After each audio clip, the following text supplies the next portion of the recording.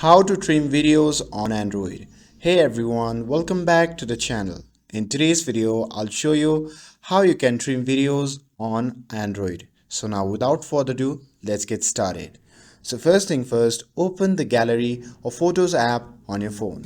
And once you have opened it, simply select the video that you want to trim. And once you're inside the video, simply tap on the scissor icon which can be seen in the bottom left side of the screen. And once you tap on that, the editing options with lot of editing toolbars will appear. And here, as you can see, the video clip is highlighted with a yellow color. And now to trim the video, simply drag the clip markers to set the start and end points of the video.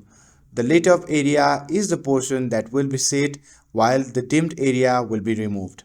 And once you have selected the portion that you want to keep, just tap on save in the top right corner of the screen, and this will save your trimmed video separately while keeping the original intact. And that's it.